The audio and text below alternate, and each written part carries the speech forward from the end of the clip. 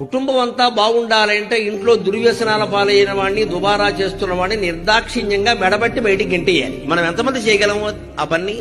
వాడు తాగుపోతుంది తెలుసు, తిరుగుపోతుంది తెలుసు, సినిమాలు తీస్తున్నాడని తెలుసు, పొలాలు అమ్మేసి ఇక్కడ వాడు ఇంట్లో పెట్టు కూర్చుంటాడు. వాడే బాగుపడతాడు. ఇంకా కొంచెం విపరీత వ్యాఖ్యానాలు.